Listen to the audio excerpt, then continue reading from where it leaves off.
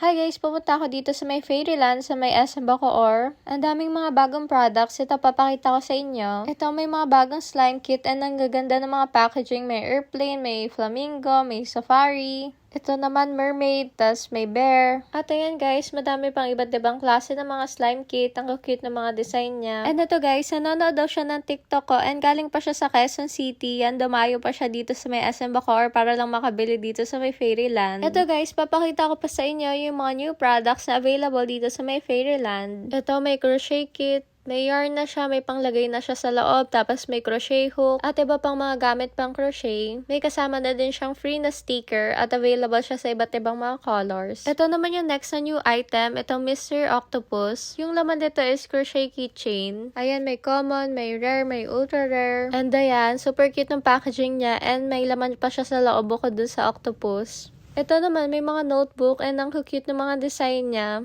May available din dito na malaking diamond painting. Yan, super cute ng design niya. At ito naman, ang gaganda ng mga stickers. Ito naman ang ganda niya kasi may puzzle na siya, tas may gem sticker, meron na din siya pang paint. Next naman is itong food eraser. Ang cute niya. Ito, meron ba siya ng gumball machine. Ito naman, mystery box. So, ayan guys, ito yung mga new products available dito sa may Fairyland. Sa mga hindi pa nakapunta, punta na rin kayo.